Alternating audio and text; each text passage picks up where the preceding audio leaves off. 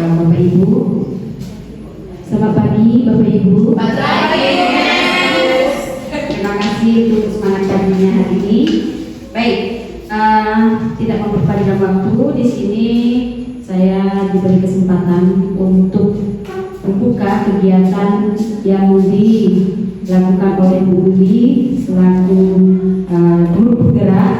Di sini temanya dan materi yang akan materi yang akan dilaksanakan yaitu berupa kegiatan mengenal kembali dan mengingat kembali budaya positif, sehingga bisa dikatakan diseminasi budaya positif yang kita ada di SMA Saverius, yang kita lakukan di SMA Saverius. Jadi kepada Bu Wiwi kami berikan waktu untuk memperkenalkan budaya positif sebagai penerapan disiplin positif melalui segitiga restitusi. Kepada Bu Wiwi kami berikan waktu dan tempat, dan kepada Bapak Ibu guru yang ada di sini mohon dukungan dan kerjasamanya. Demikian dari saya, selamat beraktivitas dan selamat pagi. Baik, terima kasih Ibu Mes. Assalamualaikum warahmatullahi wabarakatuh. Selamat pagi Bapak Ibu. Cerah hari ini? Cerah. Semangat hari ini? Oke, baik, kita mulai dengan tepuk semangat. Nah, kalau kemarin tepuk semangatnya pas seminar yang hari Jumat yang lalu itu lain model. Sekarang ada namanya tepuk sampian. Nah, kita pakai bahasa Minang di sini hari ini ya. Kalau tepuk sampian itu seperti ini. Tepuk sampian, tepuk 2 kali, ampuh kanan, ampuh kiri, tepuk lagi sampian dari bawah ke atas. Oke, saya coba ya. Kanan dulu. Nih, tepuk sampian. Ampuh kanan, ampuh kiri, sampian. Supaya kita menjadi generasi yang cerdas pada pagi ini, lalu bukannya langsung semangat ya Bu. Nah, karena biasa sampian yang keluar. Nah, yuk mari kita cobakan dengan tepuk sampiannya. Baik, boleh mau berdiri, boleh. Baik, Bu Mes ikut. Ayo. Nah, ayo kita ikutkan di sini. Oke, pertama kita mulai ya. Tepuk sampian. Ampuh kanan, ampuh kiri, sampian. Nah, itu adalah kita generasi dari SMA Saverius melahirkan generasi yang pintar. Iya, oke. Ya, udah nampak agak cerah wajahnya, tadi masih bingung-bingung. Baik, selama beberapa menit ke depan kita akan melakukan, saya tepatnya akan melakukan proses diseminasi atau penyebaran konteks budaya positif. Nah, ini sebenarnya istilahnya nggak asing lagi untuk kita, karena setiap sekolah itu sudah punya cara sendiri dalam menerapkan disiplin kepada siswa-siswinya. Nah, implementasi dari kegiatan ini adalah bagaimana budaya positif ini tidak hilang di sekolah kita. Baik, kita kenal dahulu pertama mengenai apa itu budaya positif. Nah, budaya positif itu adalah nilai dan kebiasaan sekolah yang berpihak pada murid agar mereka dapat berkembang menjadi pribadi yang kritis, penuh hormat dan bertanggung jawab sesuai dengan profil pelajar Pancasila. Jadi kita mengharapkan anak yang kritis, anak yang sopan, anak yang saling menghormati dengan sesama, dan itu membudaya di sekolah kita. Itu yang disebut dengan konteks budaya positif.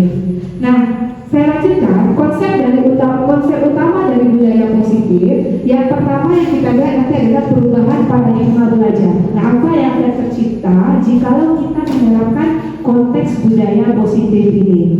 Kemudian ada motivasi perilaku manusia, teori kontrol, posisi kontrol manusia atau restitusi, disiplin positif, keyakinan keras, kebutuhan dasar manusia, dan terakhir nanti adalah segitiga restitusi. Jadi urutan-urutan ini akan kita bahas satu persatu pada hari ini. Semoga Bapak Ibu gak bosan ya, tetap semangat mengikuti kegiatan ini sampai berakhir, sampai selesai. Baik, kita mulai dengan yang pertama, itu perubahan paradigma belajar. Nah, perubahan paradigma belajar ini terkait sekolah merupakan institusi pembentukan karakter. Jadi dengan penerapan budaya positif, sekolah akan menciptakan lingkungan belajar yang sehat, lingkungan belajar yang membangun antara anak yang satu dengan anak yang lainnya. Tidak ada diskriminasi dan tidak ada pembulian. Jadi bagaimana pihak sekolah membangun suasana, baik itu antara majelis guru, antara guru dengan siswa, dan antara siswa dengan siswa, sehingga kita tidak lagi mendengar ada siswa yang merasa bosan berada di kelas, atau siswa yang bilang, kenapa kamu hari ini nggak datang? Saya nggak nyaman di kelas, Bu. Nah, mungkin kejadian-kejadian ini nggak asing lagi bagi kita. Mungkin ada Bapak Ibu yang mau berbagi pengalaman dengan saya terkait paradigma pembelajaran di kelas ini. Di antara kita kan ada dua di kelas ini yang biasa anaknya bercerita. Mungkin ada kejadian-kejadian di antara anaknya. Boleh berbagi, Ibu Melati? Oke, baik, silakan Bu. Iya. Jadi memang kadang-kadang tentu sebelum belajar kita harus membangun situasi yang nyaman dulu untuk siswa. Kemudian memang kita tanyakan apakah mereka sudah bersedia menerima kita pelajaran yang kita berikan. Maka ada satu dua memang anak-anak merasakan mungkin sedang tidak merasa nyaman dengan teman-temannya, entah itu karena sering diketawakan atau mungkin merasa disindir-sindir. Biasanya anak SMA kan seperti itu, merasa sensitif mereka begitu ya, padahal mungkin tidak ada maksud kawannya yang lain. Nah, seperti itu biasanya Bu Wiwi. Oke, baik, terima kasih Bu Me. Dan itu memang sering kita alami di kelas. Terkadang anak-anak ini dia ada yang merasa si A, si B saling memojokkan. Bahkan kalau istilah anak-anak sekarang, mereka punya circle sendiri dalam kelasnya. Dan itu sebenarnya tidak lepas dari peran kita sebagai guru. Kontrol kita dalam kelas itu seperti apa. Nah, itu yang akan kita bahas pada teori kontrol. Nah, teori kontrol ini bagaimana kita sebagai guru mampu mengontrol murid, mampu memberi penguatan yang positif, mampu menyatakan bahwa kritik itu bukanlah merusak dia, tapi membangun perasaan bersalah serta membangun karakter untuk berkembang ke arah yang lebih baik. Jadi jangan lagi anak berpikiran kalau yang namanya kritik itu akan merusak dirinya. Jadikanlah kritik itu sebagai sarana untuk membangun diri. Nah, kemudian bagaimana kita sebagai orang dewasa tidak memaksa mereka lagi. Jadi kegiatan ilusi-ilusi yang selama ini berkembang di pemikiran anak itu yang akan kita ubah melalui penerapan teori kontrol. Salah satunya itu adalah dengan penerapan disiplin positif. Nah, disiplin positif ini lebih kepada bagaimana kita menerapkan kedisiplinan di sekolah tanpa harus membentak, tanpa harus menghukum, tanpa harus memberikan konsekuensi yang kadang-kadang membuat mental anak rusak. Nah, di sini kita pahami dulu apa itu disiplinnya. Kalau konteks disiplin kita sama-sama paham ya apa itu disiplin, bagaimana menciptakan suasana dengan yang sesuai dengan aturan yang sudah kita sepakati bersama. Dan selama ini kalau boleh kita berbagi, mungkin ibu-ibu masih ingat gak dengan aturan-aturan sekolah kita? Salah satunya saja. Boleh berbagi mic-nya boleh dengan Ibu Revi, peraturan sekolah kita. Kalau yang pertama datang 7.15. 7.15 sudah mulai belajar ya. Datang 7.15 sudah mulai belajar. Berikutnya apa lagi? Yang tertera di peraturan sekolah kita. Sekolah kita tidak boleh menggunakan kaos kaki yang berwarna. Oke, baik. Tidak boleh menggunakan kaos kaki yang berwarna. Ada lagi ibu-ibu ada yang masih ingat peraturan sekolah? Berpakaian yang rapi, tidak menggunakan aksesoris. Tidak menggunakan aksesoris, berpakaian yang rapi. Mungkin masih ada yang pakai apa lagi sepatu hitam. Ada lagi Bapak Ibu yang ingat untuk aturan-aturan dari sekolah? Pakai seragam sesuai dengan hari-hari yang sudah ditentukan. Baik, terima kasih Bu Nike. Itu adalah menggunakan seragam sesuai dengan hari-hari yang sudah ditentukan. Itu adalah bentuk tata tertib yang selama ini kita berikan kepada siswa, dan umumnya itu diawali dengan kata tidak. Tidak boleh, jangan, semuanya diawali dengan tidak. Nah, untuk konteks disiplin positif, samalah dengan parenting yang biasa ibu-ibu ikuti. Bagaimana kita memberikan suasana positif kepada anak, bagaimana kita memberikan kenyamanan pada si anak, sehingga mereka tidak terkungkung, oh ini nggak boleh, bukan seperti itu lagi. Tapi bagaimana kita menggantikan peran kita menjadi penuntun mereka. Contoh yang pertama tadi, tidak boleh datang terlambat, maka kita ganti menjadi datanglah tepat pada waktunya. Lalu tidak boleh menggunakan seragam yang berbeda sesuai dengan peraturan sekolah atau peraturan yayasan. Maka kira-kira kita ganti seperti apa? Silakan Bu. Oke. Berpakailah dengan seragam yang sesuai dengan aturannya. Nah, betul. Jadi itu yang disebut dengan konteks budaya positif. Bagaimana kita mengganti kata tidak sehingga ketika anak membaca bukan lagi rentetan rantai karbon, tidak. Nah, karena saya guru kimia, saya palingkan dengan rantai karbon itu panjang, tak ada putusnya. Jadi di sana tidak, sehingga anak ketika mau bercerita seperti yang Bu Melati bilang tadi, dia ada masalah, ketakutan itu muncul karena kontrol kita sebagai guru tidak nampak di kelas. Nah, selanjutnya di sini, kenapa anak kadang-kadang berulang? Itu karena ada kebutuhan dasar dia yang harus dia penuhi. Nah, kebutuhan dasar sebagai manusia itu yang pertama, untuk bertahan hidup, itu pasti.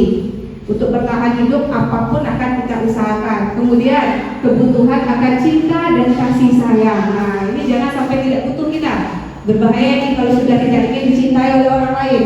Kemudian kebutuhan untuk penguasaan, kebutuhan untuk mendapatkan kebebasan, dan kebutuhan untuk mendapatkan kesenangan. Nah, di antara kebutuhan ini ada konteks yang menarik. Mungkin Bapak Ibu ada yang mau bercerita, di kelasnya ada yang sering tidur nggak di kelas? Mungkin Bu Kasmi itu yang paling semangat bercerita. Ayo silakan Ibu. Siswanya. Nah, menurut Ibu, ketika anak tidur di kelas itu penyebabnya apa? Salah satu penyebab dari anak tidur itu yang pertama itu terlalu malam untuk tidur. Yang kedua, materi kurang menarik. Iya, betul. Yang ketiga, tidak ada dasar yang dimiliki oleh siswa untuk mempelajari pelajaran berikutnya. Oke, baik. Kadang-kadang Ibu pernah nggak lihat saat Ibu tegur anaknya melek atau gimana? Kan kita refleks nih, kalau ada anak yang tidur pasti kita deketin atau segala macam. Dan nanti ekspresi anak yang nampak sama Ibu kira-kira seperti apa? Kalau saya tidak tertidur, Bu, saya apa saja. Oh iya. Terus kalau sudah Ibu dekati, kira-kira mereka bagaimana? Berdiri kepalanya kembali. Berdiri kepalanya kembali. Nah, kemungkinan tadi Bu Kasmi sudah mengkaji 3 aspek penyebab dia mengantuk. Yang pertama mungkin tidur larut malam. Oke. Yang kedua dia tidak tertarik. Oke. Namun saat Bu Kasmi sudah berdiri di samping dia, kepalanya berdiri. Mungkinkah dia mencari perhatian Ibu? Kemungkinan besar. Bisa jadi. Itulah kebutuhan dasarnya. Sebenarnya dia pengen Bu Kasmi itu berada di samping dia. Nah, dia pengen, si anak ini pengen Ibu Kasmi ini mendampingi dia dalam penyelesaian masalah. Karena apa? Karena dia butuh akan cinta dan kasih sayang. Nah, itu yang penting di sini. Kadang-kadang ada anak yang butuh untuk kebebasan, butuh akan kesenangan. Nah, kesenangan ini contohnya apa? Mungkin guru yang saya sebut, saya di sini nggak ada hari ini, kayak kita lah IPA. Ibu Mira biologi dengan Ibu Evi untuk pelajaran fisika. Kalau anak kita bawa ke lab, itu apa yang terjadi? Lebih aktif dan lebih senang. Kenapa? Karena mereka membutuhkan kesenangan itu dalam melalui hari-harinya di sekolah. Mungkin aura kita kadang-kadang juga beda ya, di lab dengan di kelas. Kalau di kelas itu lain misalnya kalau Dina itu sudah menjadi teman baik dengan mereka, itu yang mereka butuhkan. Nah, itu adalah kebutuhan dasar dari manusia. Baik, saya lanjutkan di sini. Kenapa dia melakukan tindakan seperti itu? Kenapa ada anak yang tidur? Kenapa ada anak yang pilih-pilih pelajaran? Yang pertama, untuk menghindari ketidaknyamanan atau hukuman.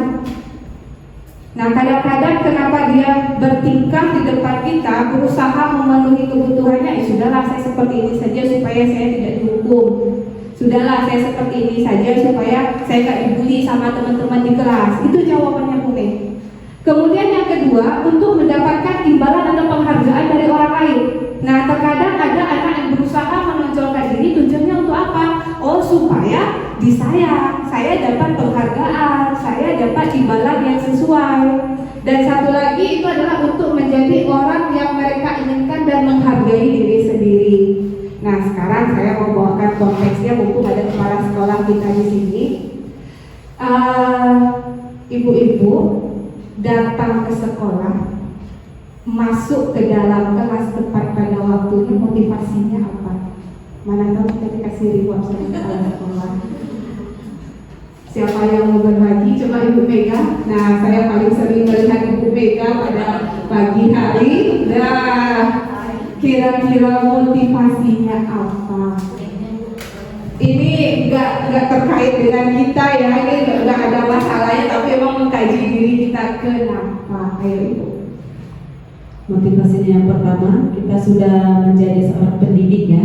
Jadi kita itu sebagai guru harus teladan dan digugu dan ditiru oleh siswa. Oke, baik Ibu.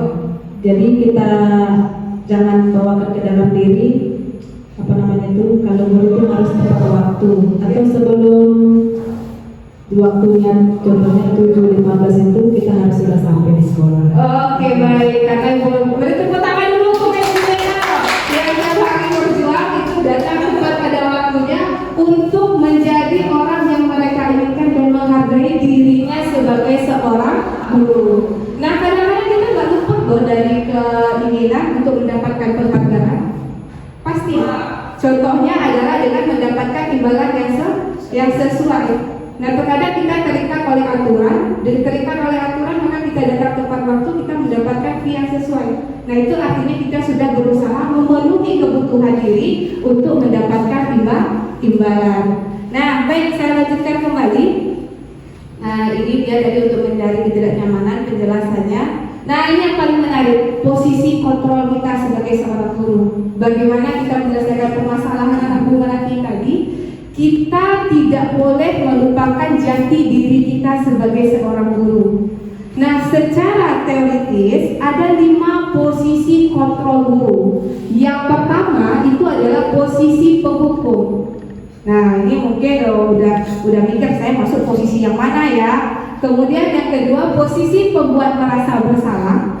Kemudian posisi sebagai teman, posisi sebagai pemantau, dan posisi sebagai manajer.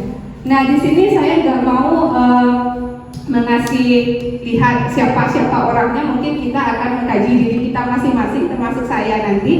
Sebelumnya saya melihatkan ini ada video tentang bagaimana posisi guru saat berhadapan dengan anaknya, dan kita mulai mengkaji diri kita masuk ke peran yang mana. Kita lihat di sini.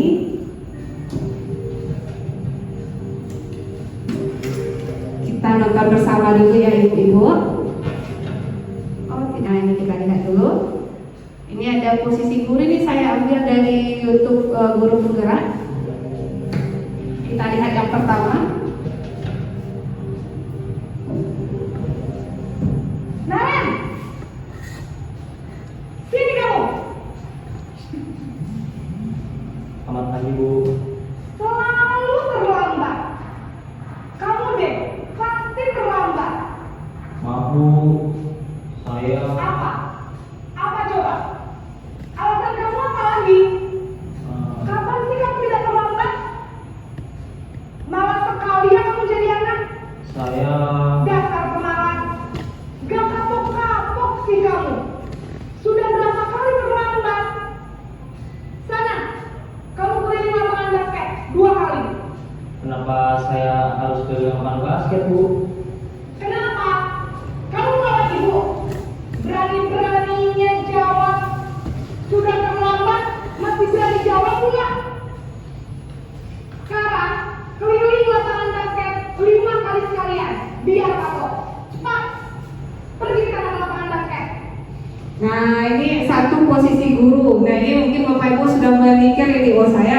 ngerjain ini atau tidak ya.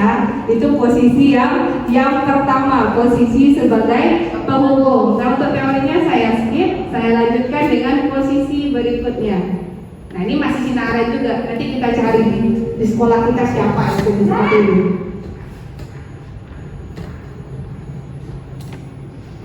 Selamat pagi Bu. Naren, kamu kenapa terlambat lagi, nak? Ya Tuhan, Naren, kamu senang ya bikin ibu susah ya?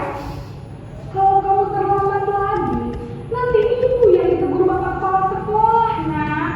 Disangka ibu tidak bisa membina kamu. Duh, gimana ini? Maaf Bu. Duh, Gusti Naren, kamu suka ya kalau ibu ditegur bapak kepala sekolah? Terus, sekarang ibu harus tulis apa ini di buku absen? Ini kamu sudah sering terlambat loh. Ibu harus apa coba? Maaf Bu. Maaf sekali. Ya sudah, lain kali jangan bikin ibu susah lagi ya nak ya. Ibu tidak akan kuat lagi kalau kamu begini terus. Nah, ibunya sudah tidak kuat kalau sudah begini terus katanya. Ada ibu-ibu yang seperti ini? Saya selalu saja menjadi Bu Nike. Jadi kalau Bu Nike menyuruh anaknya seperti itu. Ya.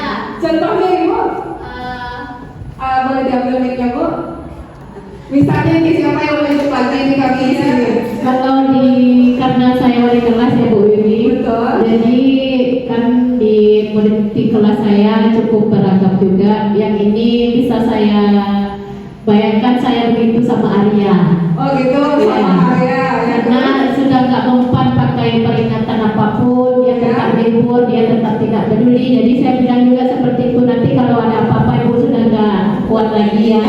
Kalau seandainya ibu sudah angkat tangan, kamu berurusan langsung sama kepala sekolah. Oh gitu, jadi ibu sudah tidak kuat lagi. Langsung ibu Nike dengan sumringahnya mengingat, oh saya ternyata ngambil peran seperti ini. Cuma kadang-kadang kita menempatkan diri pada anak-anak Untuk anak-anak tertentu saja Bu Wiwi. Iya betul-betul. Nah ini ada peran berikutnya. Nah ini kayak lagi modelnya nih. Ini kayaknya ibu nih actingnya luar biasa juga. Nah masih Naren juga lagi. Kita lihat di sini. Selamat pagi Bu. Tunggu dulu, saya skip dulu sebentar. Beda nggak senyum Naren sekarang? Beda. Yang pertama tadi aduh ya. Berarti peran itu sebenarnya melekat loh ke diri kita. Sekarang dia senyum, sumringah. Kita lihat apa yang terjadi. Sudah jam berapa ini nak? Terlambat lagi ya sayang. Iya Bu. Habis tunggu saya lupa bawakan saya Bu. Kamu malah menyalahkan ibu kamu. Kamu bukannya anak yang larinya paling kencang. Kok terlambat sih? Iya Bu. Saya memang lambat bangun tadi. Jadi biarpun saya kencang, tetap gak kejar Bu. Ya sudah sekarang nanti lain kali larinya lebih kencang lagi ya. Biar gak terlambat lagi. Bikin senang ibu demi ibu. Bisa kan? Bisa Bu. Ya sudah sekarang masuk kelas. Ibu beresin urusan absen kamu. Baik kali ibunya ya. Nah ini posisinya kira-kira gimana? Siapa yang pernah menerapkan seperti ini? Saya tahu orangnya ini. Yang selalu memposisikan diri seperti ini. Ayo ngaku ibu siapa yang pernah? Iya, memang ibu Kiki ya seperti itu. Ya, jadi gimana ibu Kiki boleh berbagi sedikit dengan kami? Kenapa ibu Kiki memilih menggunakan kata-kata sayang itu setiap anaknya telat? Aduh. Mungkin dilihat dari anaknya mungkin Bu Wiwi ya. Ada anak yang sedikit manja, itu mungkin bisa dijadikan contoh yang seperti ini gitu. Karena tidak setiap anak bisa diperlakukan dengan cara seperti ini. Oke. Mungkin dengan cara seperti itu mereka jadi cerah juga, karena kan beda-beda ya hukuman yang diberi kepada setiap anak. Itu saja Bu Wiwi. Oke, baik. Kita lihat lagi peran berikutnya. Nah, kita lihat di sini.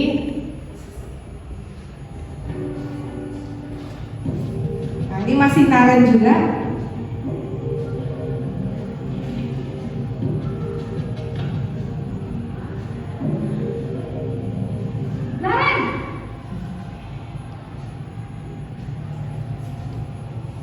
Selamat pagi Bu. Nah, Rem, apa peraturan sekolah kita tentang jam berapa kita harus masuk sekolah, Nak? Kita harus di sekolah jam 7 Bu. Iya, betul. Sekarang sudah jam 7.20. Nah, Rem sudah tahu konsekuensinya jika terlambat hadir. Paham Bu, saya harus tinggal koas pas jam istirahat selama 20 menit. Iya, benar. Konsekuensinya demikian. Jadi nanti jam 9.30 pas istirahat, kamu harus tinggal di kelas, kerjakan tugas tambahan untuk ketinggalan kamu, ya? Baik Bu. Oke, ini namanya posisi pemantau, di mana posisi ini lebih menerapkan, oh ini peraturan sekolah, ya kita jalankan. Nah, ada yang kita seperti itu? Masih berpikir juga? Baik, kita lanjut posisi yang terakhir. Nah, ini posisi ini sengaja saya simpan. Nah, kenapa posisi ini saya simpan? Posisi yang kelima ini adalah posisi yang paling ideal. Gimana seorang guru menempatkan dirinya sebagai manajerial. Nah, untuk itu kita kan di sini mau cosplay sedikit. Bagaimana peran kita sebagai guru? Jikalau tidak ada peran Bapak Ibu di sana, silahkan acungkan tangan, Bu, saya tidak seperti itu. Saya menyelesaikan kasus dengan cara seperti ini. Jadi kan ada 4 posisi tadi. Yang pertama adalah penghukum, yang kedua adalah apa tadi yang bilang Ibu? Pembuat merasa bersalah. Yang ketiga apa? Sebagai pemantau, dan yang keempat itu adalah sebagai penuh kasih sayang sebagai seorang gurunya, sebagai teman tempatnya itu yang ketiga tadi. Kita cobakan yang merasa posisinya sebagai penghukum di sini siapa? Ayo. Oke, Bu Kasmi. Ayo, boleh Bu Kasmi yang merasa posisinya sebagai penghukum. Mau kita cosplay gimana Bu Kasmi menghukum anak di depan? Bu Kasmi, silakan Bu Kasmi. Oke, baik. Beri tepuk tangan untuk Bu Kasmi dulu. Dan semangat ya. Anaknya maunya siapa? Bu yang mau dihukum? Yang paling kecil. Yang paling kecil di sekolah kita. Oke.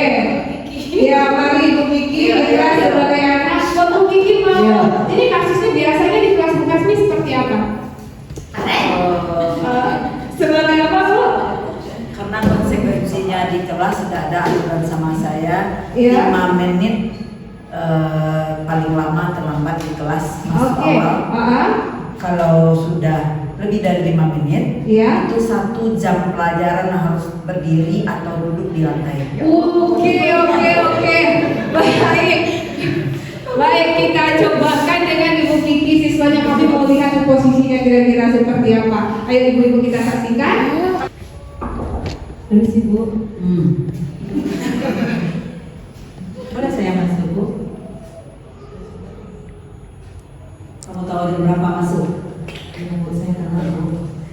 Kamar ketiga. Kamu di mana tiga? Kita lagi Bu. Itu masih dekat tuh. Saya aja dari Gang Panjang sudah sampai di sini. Selama 1 jam pelajaran duduk atau berdiri duduk di lantai atau berdiri saja. Buka buku kamu sekalian. Kenapa saya harus duduk Bu? Tak tahu juga kamu apa maksudnya. Sudah tahu terlambat bertanya lagi. Iya Bu. Oke. Oke, harap punya Bu. Sebentar Ibu Kiki, saya mau bertanya perasaan Ibu. Ibu Kasmi juga dua-duanya ke depan dulu. Nah, ini saya melihat ekspresi yang berbeda dari Ibu Kiki pada hari ini dan juga Ibu Kasmi. Ibu Kasmi berdiri di sini Bu. Oke. Memang sudah ketika mengeluarkan emosinya tadi, bukan emosi sih, tapi teguran ya saya lihat ke anak gitu. Itu Ibu terapkan hampir di semua kelas. Ya, semua kelas begitu. Semua kelas diterapkan seperti itu. Iya. Impactnya terhadap kelas Ibu, anak sering terlambat atau yang jumlah terlambat berkurang pada setiap harinya? Pada umumnya jarang. Jarang yang terlambat karena untuk menghindari tadi ya. Nah itu impact positifnya. Nah sekarang saya mau tanya perasaan Ibu Kiki lagi. Jangan naiknya ya Bu ya. Ibu kenapa tadi tertunduk saja? Anaknya takut Bu.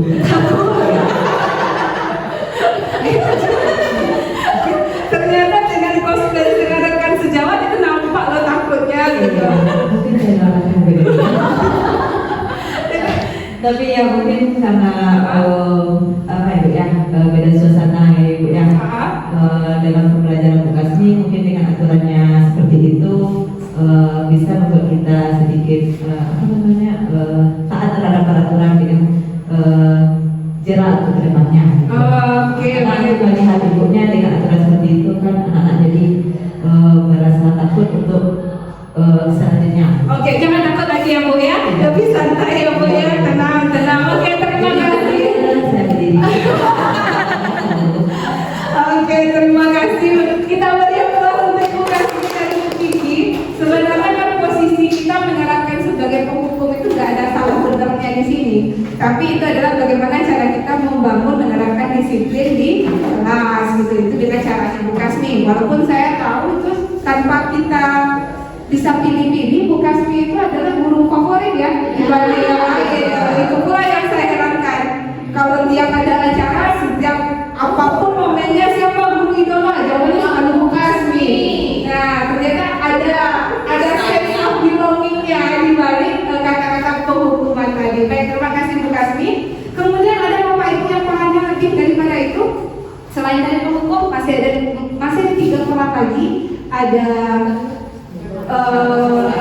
sebagai teman, sebagai pembuat merasa bersalah, kemudian ada sebagai pemantau. Kalau pemantau itu lebih kepada ke ini, setiap anak yang salah, aku tahu aturannya Pak, ya sudah salah, jangan kasih kayak saya gitu ya. Oke, baik. Ada yang mau mencobakan dengan yang lain? Peran-peran yang lain? Ibu Revi sebagai pembuat rasa bersalah atau Ibu Mega? Oh, Ibu Nike, boleh Ibu Nike dengan pembuat rasa bersalahnya. Oke, baik, kita berikan lepas untuk Ibu Nike dan Ibu Mira. Ya, masuk.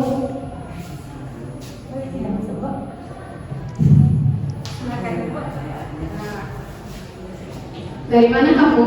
Kenapa sering sekali terlambat? Saya telat bangun tadi Bu. Setiap hari ada aja alasannya. Kemarin telat bangun, sekarang telat bangun, besok apa lagi? Nggak ada lagi Bu. Kamu sering kayak gini ya, nanti Ibu nggak urus lagi urusanmu seperti apa. Kalau ada apa-apa dengan sekolah, Ibu lepas tangan. Ibu kalau sudah tidak mau urus urusan kamu langsung dengan kepala sekolah. Tahu konsekuensinya bagaimana? Iya kan Bu. Oke, baik. Ya. Baik, terima kasih Bu Mira. Betul Bu Mira. Saya kadang-kadang bukan ekspresi kita di depan ini menarik ya. Kan Bapak Ibu merasa ada dengan Bu Mira tadi seperti apa? Mendadak Bu Mira benar-benar jadi siswa SMA. Sekarang Ibu Nike dengan memancing seperti itu, pertanyaan saya, Ibu Mira merasa bersalah nggak sama wali kelasnya? Merasa bersalah juga. Merasa bersalah iya, takut juga iya. Karena itu kan jadinya nggak mau ngurus si Anda lagi, tapi langsung ke kepala sekolah. Oh iya, baik. Terima kasih Bu Nike dan terima kasih Bu Mira. Jadi memang seperti itu ya, sudah 2 peran yang kita praktekkan. Jadi mungkin ada 2 peran lagi, itu posisi sebagai teman, posisi sebagai pemantau. Itu ada yang mau coba kan di sini? Tapi lagi kamu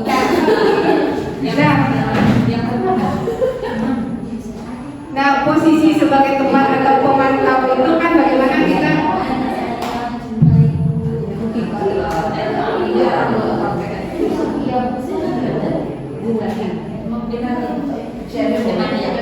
Oke.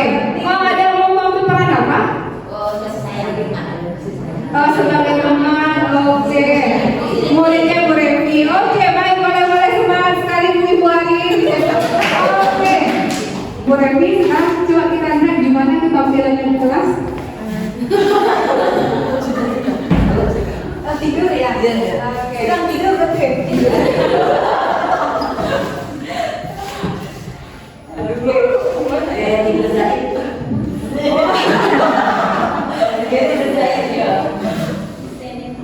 Oke, silakan dibuat tugas masing-masing, tidak bekerja sama dengan kawan-kawan.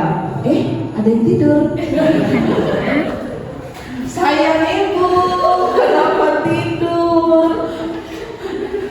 Kenapa ini begadang lagi kamu? Oke, Bu. Kenapa begadang terus? Tadi malam saya main. Kok main-mainnya tiap hari? Iya. Oh, jadi buat tugas belajar nggak ada? Ada, tapi tadi di sekolah.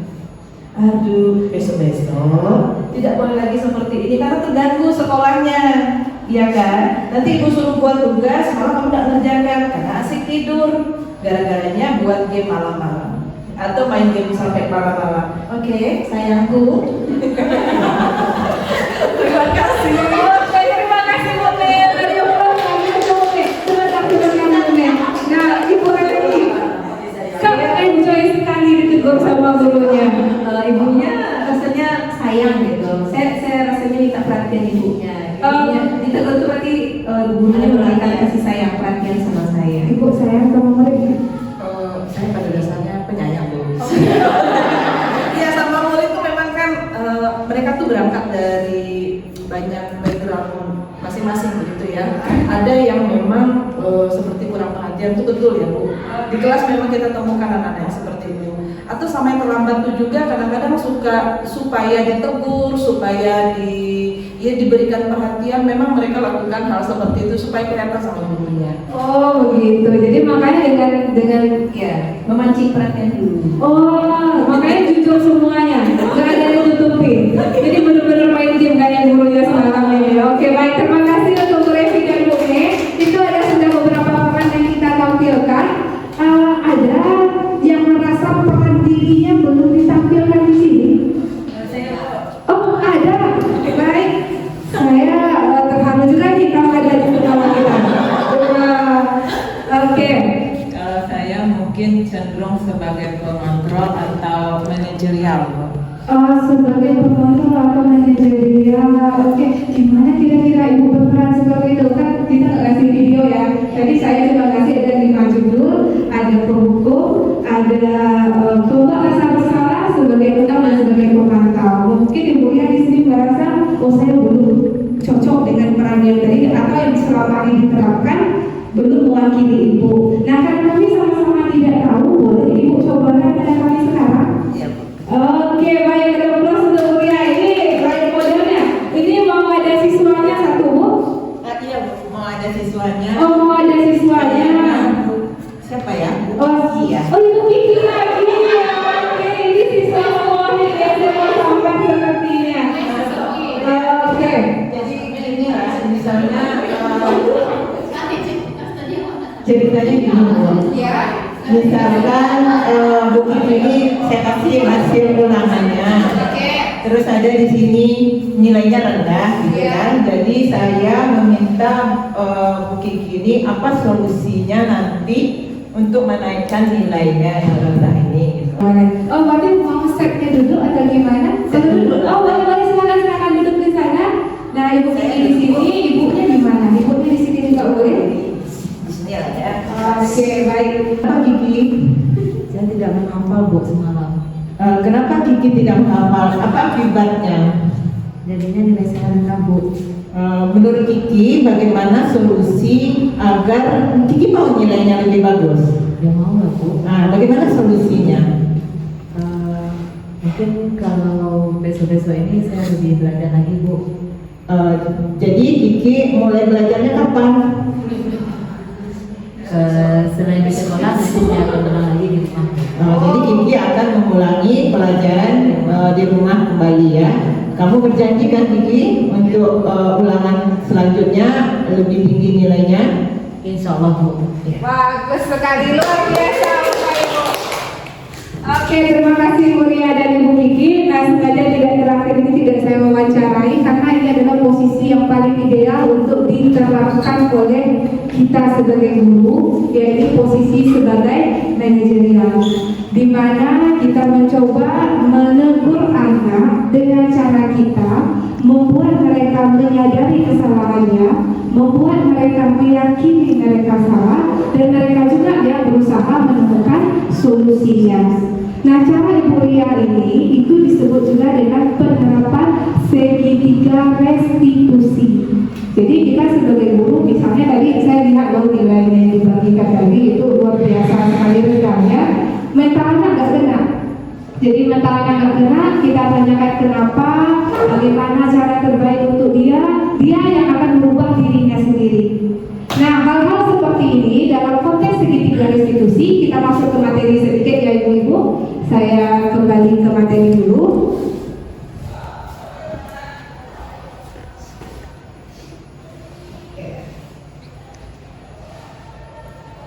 Nah, ini ada posisi-posisi tadi mengenai segitiga restitusi. Bagaimana proses yang kita usahakan supaya anak mengetahui kesalahannya dan memperbaiki kesalahannya tersebut. Itu intinya. Jadi melalui penerapan segitiga ini mulai dari langkah pertama stabilkan identitas. Itu tanpa kita konsep pada hari ini, Ibu Ria berusaha menstabilkan identitasnya Kiki tadi. Dia tahu nggak apa yang dia alami sekarang? Oh, dia tahu nilai ujiannya rendah, sehingga dia sadar. Kemudian Ibu Ria menanyakan, Kiki tahu nggak salahnya di mana? Dengan cara seperti itu, Ibu Ria berusaha memvalidasi tindakan atau perlakuan Kiki yang salah.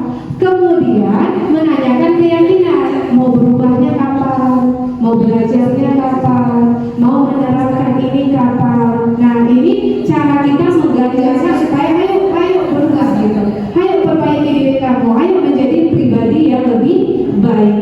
Nah, dengan konsep penerapan segitiga restitusi ini, sebenarnya Bapak Ibu bisa menghasilkan satu produk yang disebut dengan keyakinan kelas.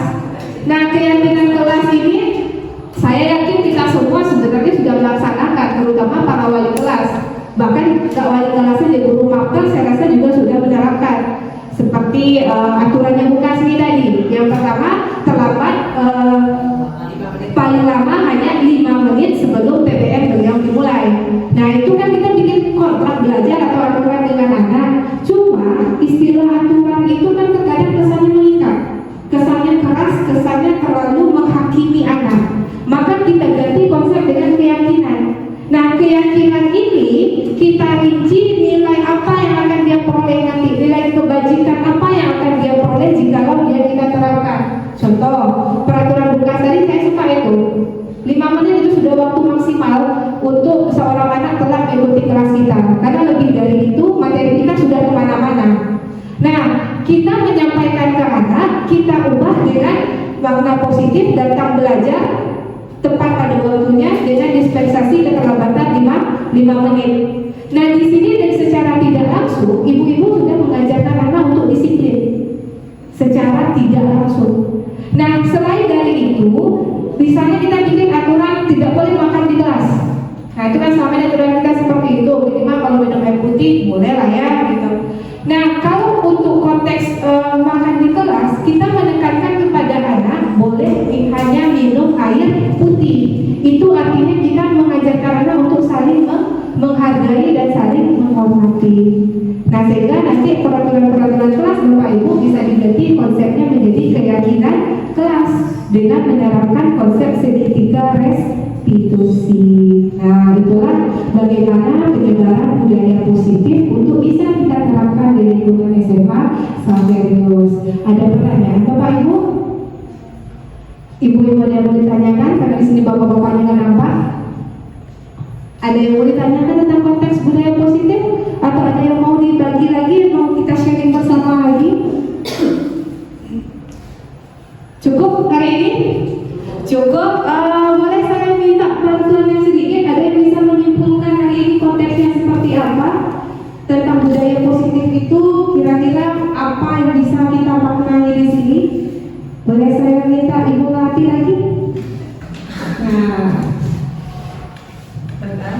jadi budaya positif itu ya.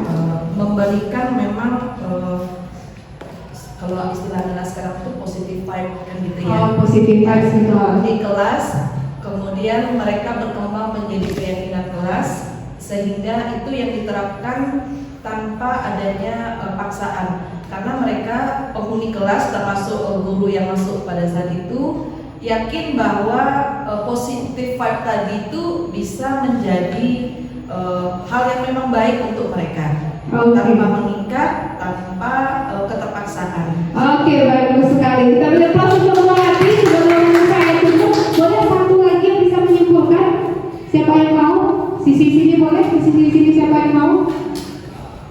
Ini kayak boleh juga ya, kalau udah mendengar ditanya langsung mundur ke belakang gitu.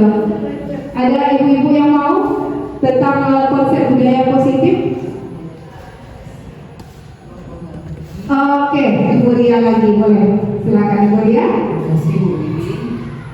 Mengurangi mungkin penggunaan kata-kata negatif seperti tidak, jangan, tapi menggantinya dengan kata-kata yang positif yang bisa membangun motivasi dari siswa. Oke baik, terima kasih kembali untuk Bu Ria. Kita berikan aplaus untuk kita hari ini. Saya ucapkan terima kasih atas perhatiannya, sudah bersama kita menyebarkan aura positif vibes tadi bersama di lingkungan sekolah. Mudah-mudahan ini dapat kita terapkan, mudah-mudahan sekolah kita mampu menyebarkan budaya positif tidak hanya di lingkungan sekolah kita, tapi juga mampu mengembangkan di luar sekolah nanti, sehingga anak-anak yang kita didik melahirkan pelajar Pancasila sesuai dengan profil yang diharapkan melalui P3, profil pelajar Pancasila. Oke, sekali lagi kita berdoa untuk diri kita pada hari ini. Terima kasih ibu-ibu. Saya tutup kegiatan ini karena saya lihat sudah mulai lelah, mungkin setelah cosplay segala macam. Tahu saya Kara Samsam? Nah, kita coba hari ini. Nah, ini baru mulai ini semua ya. Kalau tadi udah mau 5 awal matanya, kita coba ini terakhir ya.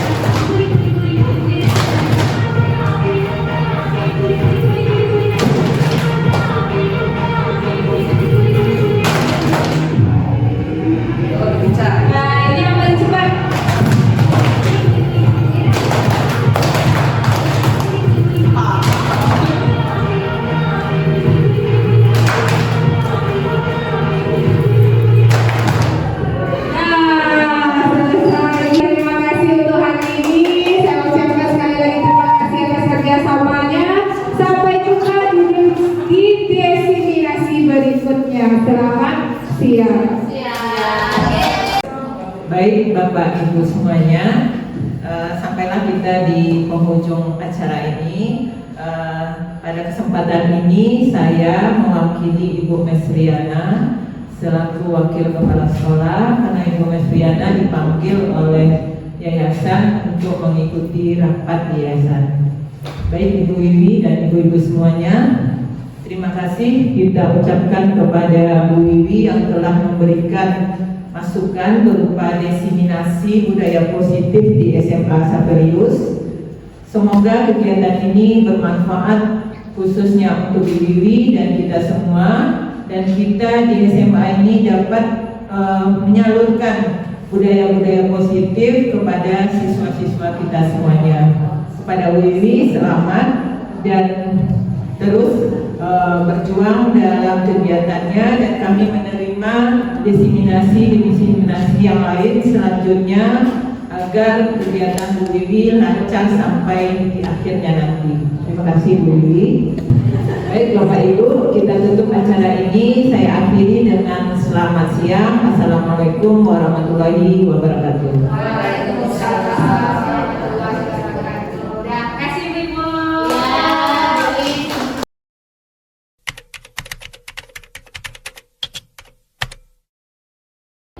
Assalamualaikum warahmatullahi wabarakatuh.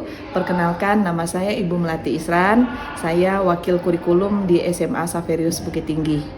Beberapa waktu yang lalu, Bu Wiwi telah melakukan sosialisasi tentang budaya positif di sekolah. Dan kami meyakini bahwa itu adalah sesuatu yang baik, budaya yang baik untuk diterapkan. Karena selama ini kita di sekolah, anak-anak tahu dengan peraturan atau tata tertib, di mana itu bersifat mengikat dan mengekang.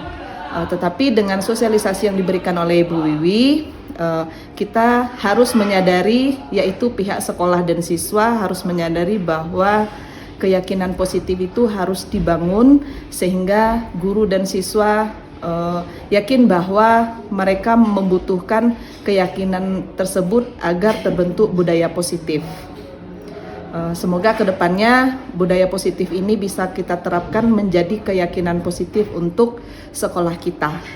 Terima kasih dan sukses untuk Ibu Wiwi.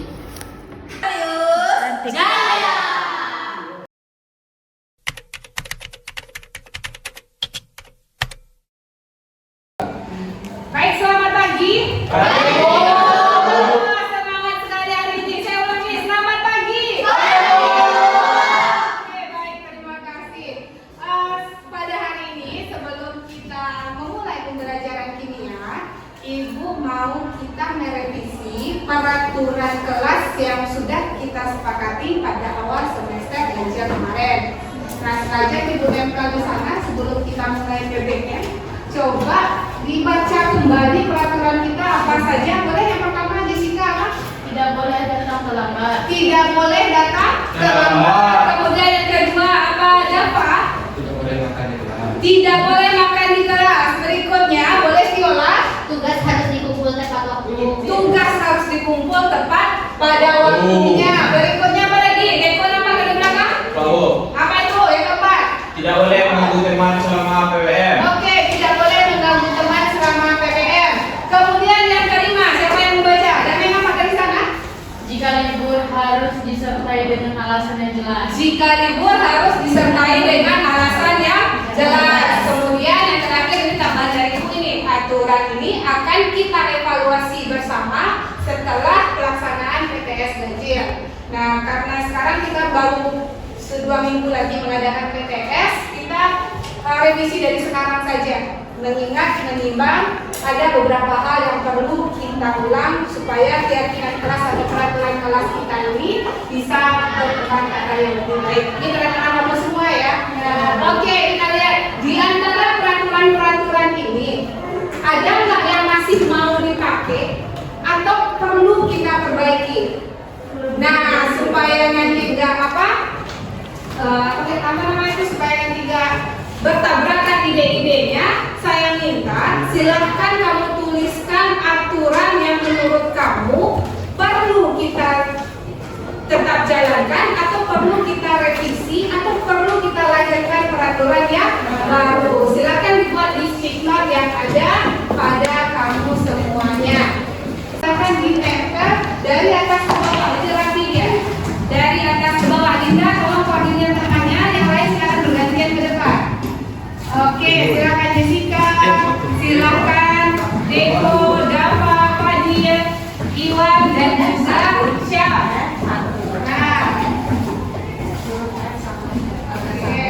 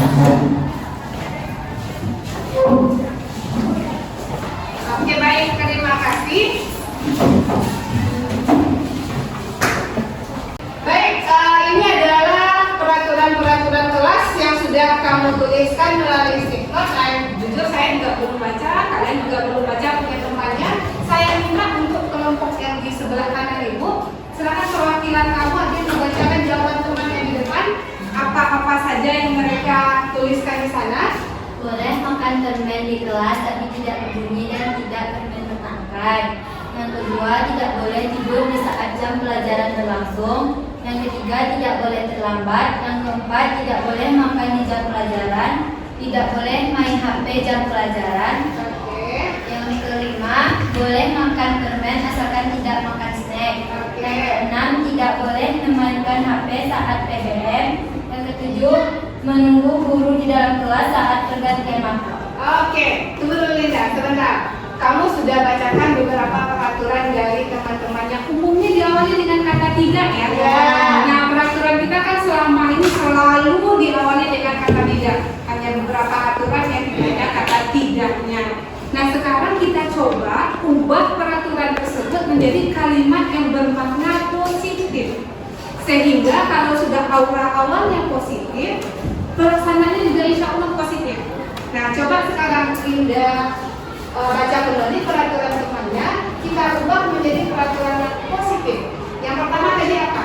Boleh makan permen di kelas tapi tidak berbunyi. Boleh makan permen di kelas tapi tidak berbunyi. Nah, ini sebenarnya Ibu agak galau mengizinkan boleh makan permen di kelas ini. Cuma kalau makan di kelas itu kadang-kadang kondisinya terkadang mengganggu. Terkadang, belum lagi nanti buka kantung permen dan segala macam. Nah, untuk pelaksanaan makan di kelas ini, kalau Ibu berikan waktunya 10 menit ketika PBM mau berakhir, itu baru boleh buka permennya. Seperti itu mau? Mau. Nah, coba kita buat kalimat positifnya. Pertama apa, Linda? Boleh mengkonsumsi permen saat 10 menit menjelang PBM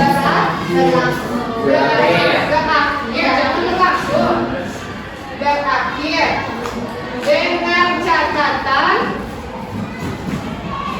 tetap menjaga kesopanan dan kebersihan. Apa lagi permintaan temannya? Tidak boleh tidur di saat jam pelajaran berlangsung. Tidak boleh tidur pada saat pembelajaran berlangsung. Nah, kalau itu kita ubah menjadi positif seperti apa? Boleh tidur, jangan.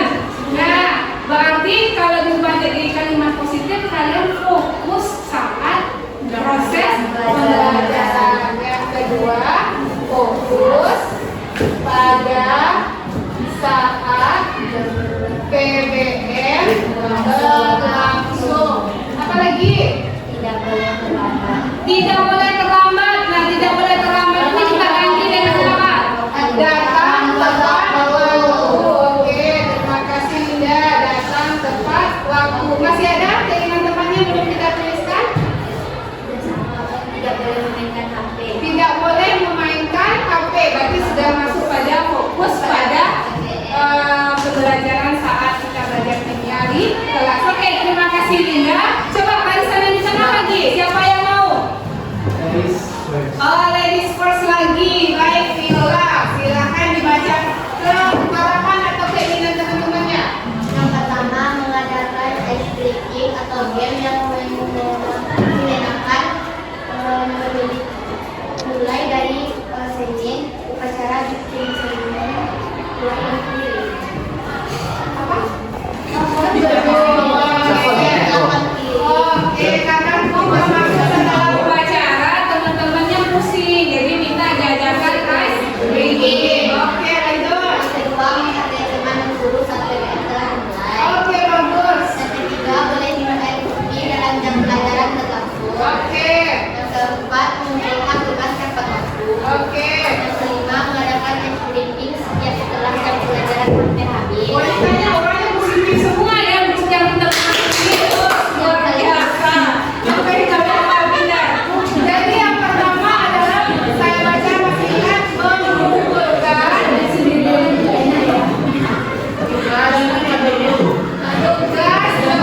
tugas tepat waktu. Oke, yang lain pembos apa lagi? Sudah masuk ke perkataan apalagi menghargai teman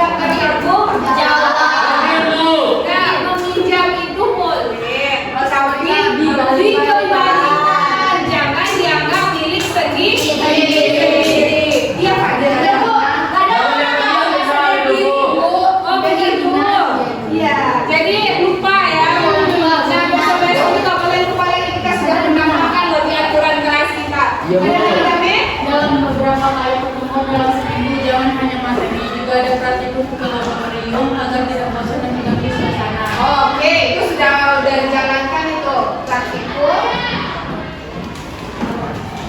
minimal Sekali kali dalam 2 minggu. Oke, boleh.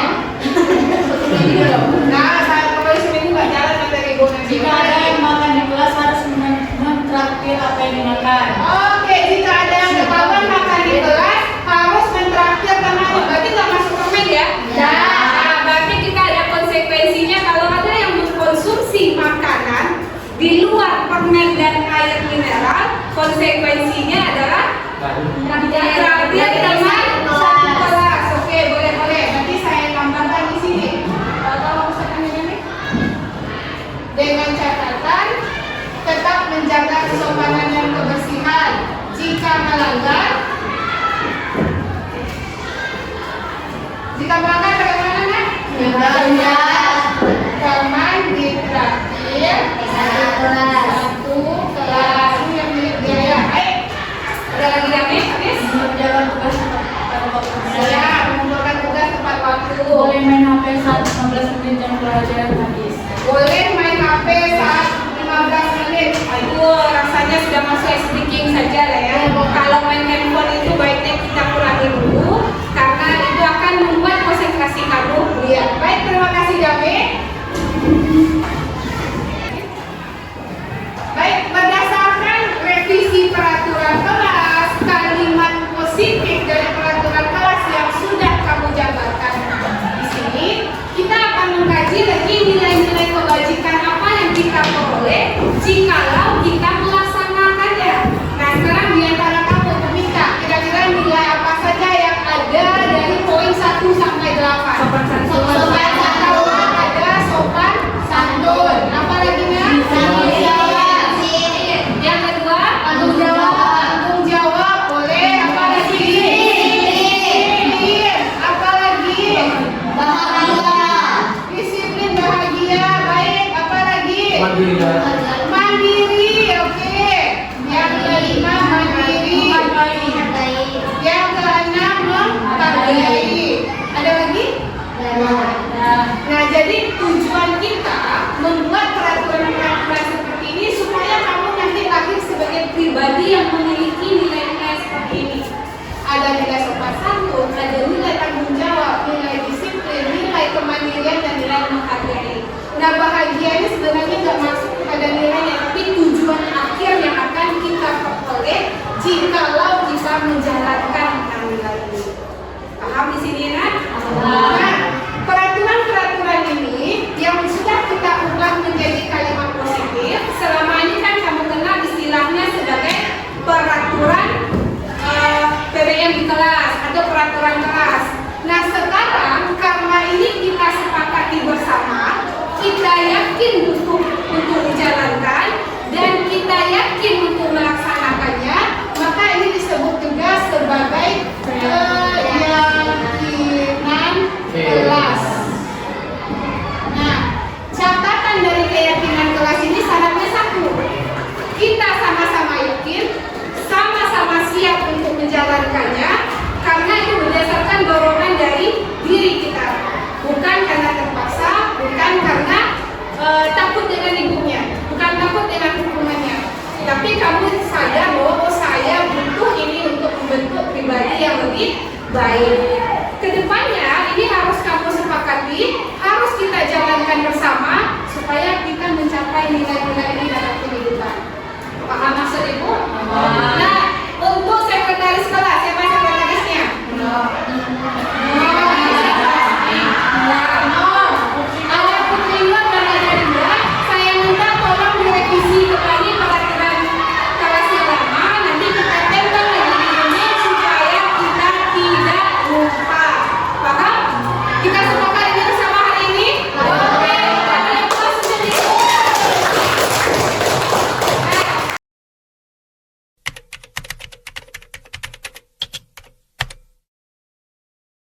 Halo, perkenalkan aku Anastasia Eva Susanti dari 12F1. Selama ini kami membuat aturan dengan Bu Wiwi, di mana aturan tersebut kami usulkan dan kami jalankan bersama. Namun aturan tersebut selalu berupa larangan. Dan sekarang kami menyusun kesepakatan baru, yaitu keyakinan kelas, di mana kami membutuhkan hal yang yakni kami butuhkan dan kami jalankan dan membuat kami bahagia. Saverius Jaya!